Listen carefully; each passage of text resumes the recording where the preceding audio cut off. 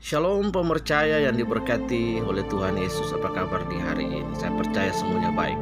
Ya, Anda hari ini sedang mendengarkan Journey of Christmas bersama dengan Pastor Elroy.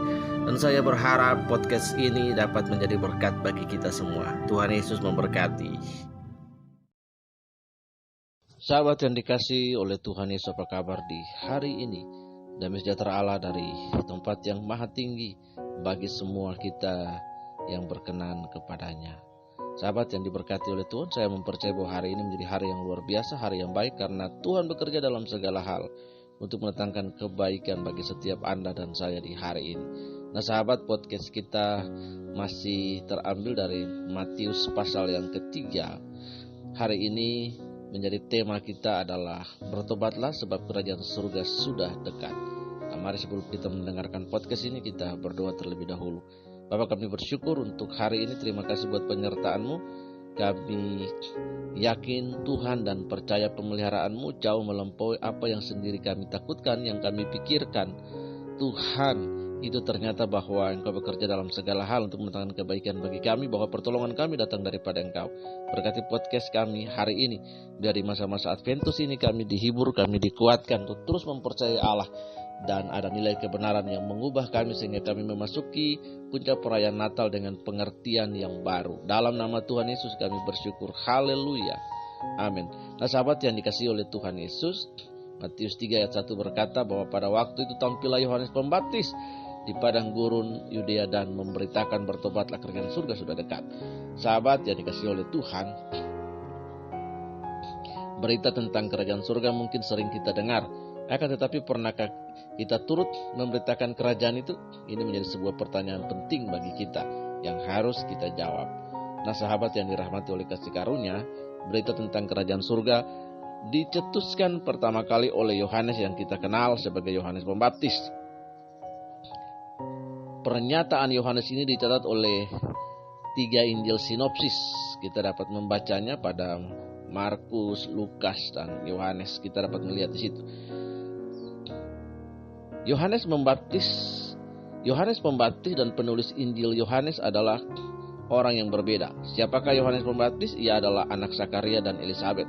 Karena ketidakpercayaan Zakaria terhadap berita kelahiran Yohanes menyebabkan Zakaria menjadi bisu. Anda dapat membacanya dalam Injil sinopsis yang lain, yaitu Lukas 1 ayat 18-21. Setelah Yohanes dewasa, ia mengembara di padang gurun, dan kehadiran Yohanes di hadapan umum menimbulkan kegemparan dan dibicarakan banyak orang. Tapi ada hal yang paling menarik, yaitu bahwa Yohanes memberitakan Injil kerajaan Allah dengan begitu tegas. Tampaknya Yohanes menarik perhatian banyak orang karena beberapa hal. Yang pertama, cara ia berpakaian sangat unik. Jenis makanan yang disantapnya, pemberitaannya tentang kerajaan surga, dan teguran kerasnya terhadap orang-orang Farisi dan orang Saduki dengan menyebut mereka sebagai keturunan ular beludak. Ajaran Yohanes tentang kerajaan surga merupakan berita baru, karena pada waktu itu kehidupan agama masyarakat Yahudi menekankan segi lahiriah saja, yaitu hanya mengandalkan status lahiriah keturunan Abraham. Oleh sebab itu Yohanes mengingatkan mereka bahwa penghakiman Tuhan akan berlaku bagi semua orang yang tidak bertobat tanpa terkecuali. Ini adalah berita yang diberitakan oleh Yohanes Pembaptis. Dan kasih karunia Allah menyertai semua kita hari ini yang sudah mendengarkan berita pertobatan ini. Jadi memasuki Natal ini, berita kerajaan surga sering dianggap angin lalu. Karena orang Kristen masih menganggap bahwa menjadi warga gereja berarti otomatis masuk kerajaan surga, padahal bertobat masuk kerajaan surga terjadi karena kita percaya pemberitaan firman dan mengizinkan Tuhan Yesus mengubah kehidupan kita. Jika kita tidak bersedia untuk meninggalkan kehidupan rohani yang tidak berbuah, maka kapak telah disediakan Tuhan untuk menebang pohon yang tidak menghasilkan buah-buah roh dalam Galatia pasal yang kelima.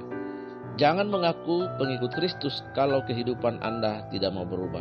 Yang kita lakukan hari ini adalah kita mau berubah dengan mempersilakan Roh Allah membaharui seluruh dimensi kehidupan kita. Mari kita berdoa. Kami bersyukur di dalam nama Tuhan Yesus Kristus untuk hari ini. Apa yang sudah kami dengar boleh kami aplikasikan dalam kehidupan kami. Kami mau berubah di dalam nama Tuhan Yesus. Haleluya, haleluya, amin. Nah sampai jumpa lagi dengan Pastor Roy pada serial Journey of Christmas berikutnya Tuhan Yesus memberkati kita. Kyrie eleison, Immanuel, Maranatha, Shalom.